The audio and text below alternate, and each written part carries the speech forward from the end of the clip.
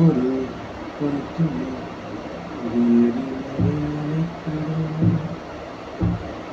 Okay பார்த்துட்டேன். என்ன பார்த்தேன் அப்படின்றது உங்களுக்கு புரிஞ்சுக்காது. ஓகே, என்ன சொல்கிறேன் அப்படின்னா, இன்றைக்கி வந்து கிட்டத்தட்ட ஒரு 4 வாரம் 28 நாள் 1 மாதம் ஆகிடுச்சுன்னு நினைக்கிறேன். 1 மாதமாக கிட்டத்தட்ட எவ்வளோ ஏர்ன் பண்ணேன், இப்போ எவ்வளோ சேவ் பண்ணி வச்சுருக்கேன், எவ்வளோ இது பண்ண முடிஞ்சது, என்னோட டீட்டெயில் எல்லாத்தையும் இந்த வீடியோவில் சொல்லலாம்னு நினைக்கிறேன். ஏன்னா நிறைய பேருக்கு அது தெரிஞ்சுக்கிறதுக்கு யாருக்குமே தேவையில்லை.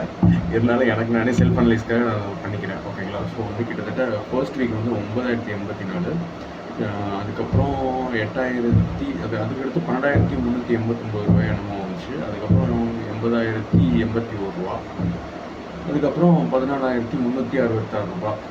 ஸோ எல்லாத்தையும் டோட்டல் பண்ணி பார்த்தா 43,920 ரூபா ஏர்ன் பண்ண அமௌண்ட்டு. கிட்டத்தட்ட இப்போது ஆனால் அக்கௌண்ட்டில் எவ்வளோ பேலன்ஸ் இருக்கும் அப்படின்னு பார்த்தோம்னா ஒரு 15,000 ரூபா வரைக்கும் இந்த 43,000 நம்மக்கிட்ட பேலன்ஸ் அமௌண்ட்டாக இருக்கும். எக்ஸ்பென்சஸ் எல்லாமே எப்படி காலியாச்சுன்னா, மேக்ஸிமம் வந்து பைக் ரெண்டலு, அப்புறம் நமக்கு தேவையான சின்ன சின்ன பர்ச்சேஸ் இருந்தது எல்லாமே காலியாச்சு. மொத்தமாக உட்காந்து இதை கணக்கு போட்டு பார்க்கும்போது எனக்கு என்ன தெரியுதுன்னா, நாயகன் படத்தில் வர டைலாக் வந்து அப்படியே காதுக்குள்ளேயும் அப்படியே பிளட் வெயின்ஸ் அந்த ரத்தம் இருக்குது, அதுக்குள்ளேயும் கலந்து ஓடிக்கிட்டு இருக்கு.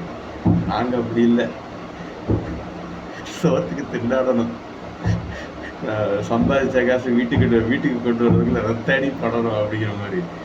43,000 ரூபாயில் கடைசியில் வெறுமனே 15,000 ரூபா நின்றுருக்கு அப்படின்னா, இந்த 15,000 ரூபாய்க்கு நீ ஏதாவது ஒரு கம்பெனிக்கு மூடிட்டு வேலைக்கே போயிருக்கலாமே அப்படிங்கிற மாதிரி தான் தோணும். ஆனால் அப்படி இல்லை. இதில் எக்ஸாக்டாக நம்ம பண்ண வேண்டியது என்னென்னா, எங்கெங்கே கோட்டை விட்டோம், எப்படி மிஸ்டேக் ஆச்சு அப்படிங்கிறது எல்லாத்தையுமே அனலைஸ் பண்ணுவோம். சின்ன சின்ன திங்ஸ் ஆப்வியஸ்லி பர்ச்சேஸ் பண்ணியிருக்கோம், அதுக்கு ஒரு அமௌண்ட் செலவாகிருக்கும்.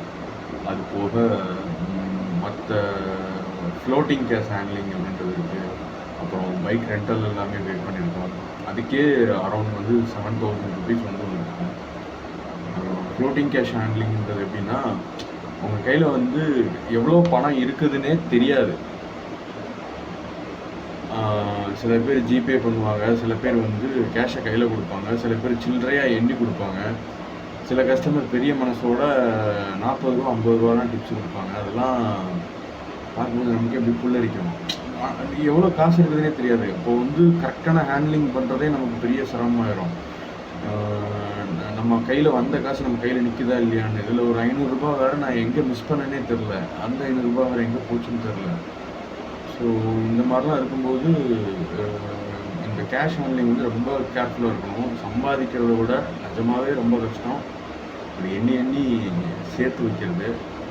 ஸோ பார்க்கலாம், அடுத்தடுத்த வீக்ஸில் வந்து நம்ம ஃபர்தராக இந்தளவுக்கு எக்ஸ்பென்சஸ் விஷயத்தில் லூஸாக இல்லாமல் கொஞ்சம் ஓரளவுக்கு கொஞ்சம் க்ரிப்பாக கையில் பிடிச்சி இவ்வளோ வந்துச்சு, இவ்வளோ செலவு பண்ணியிருக்கோம், இந்த இது கரெக்டாக வந்திருக்கு அப்படின்றது எல்லாத்தையும் நான் ஹேண்டில் பண்ணணும்.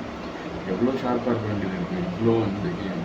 இவ்வளோ தெளிவாக கணக்கு போட்டுலாம் வேலை பார்க்கணுன்னா ஏதாவது ஒரு கம்பெனிக்கு 4-5 வருஷத்துக்கு முன்னாடி அக்கௌண்டண்ட்டாக ஜாயின் பண்ணியிருந்தால் நேரம் பெரிய ஆளாக இருக்கலாம். அவ்வளோ டீட்டெயில் பார்த்து நோட் பண்ண வேண்டியதாக இருக்குது. ஒரு ரூபாயும் சேவ் பண்ணி இது பண்ணுறதுக்குள்ள பெரிய விஷயமா இருக்குது. ஓகே, என்ன நடக்க போகுது அப்படின்றது தெரில. சின்ன சின்ன அப்டேட்ஸ், சின்ன சின்ன திங்ஸ் எல்லாமே வாங்கியிருக்கேன்னு சொன்னோம் இல்லையா. இது வந்து போட்டோடது. ஸோ இதை பற்றியெல்லாம் நான் உங்களுக்கு சொல்கிறேன். இதோட யூசர் எக்ஸ்பீரியன்ஸ் எப்படி இருக்குது, நாளாக இது எல்லாமே எப்படி ரியாக்ட் பண்ணுது அப்படிங்கிறது ஒரு 1-2 வாரம் ஆச்சு. ஸோ சின்ன சின்ன திங்ஸ் என்னென்ன வாங்கினோ அதில் உங்களுக்கு எதாவது யூஸ்ஃபுல்லாக இருக்குன்னு நான் நம்புகிறனோ அதை பற்றின டீட்டெயில் எல்லாமே சொல்கிறேன். ஸோ ட்ரை பண்ணுவோம். மேபி பாசிபிள்னா ஒரு பெரிய அப்டேட்டுக்காக நான் வெயிட் பண்ணிகிட்ருக்கேன். ஓகேங்களா?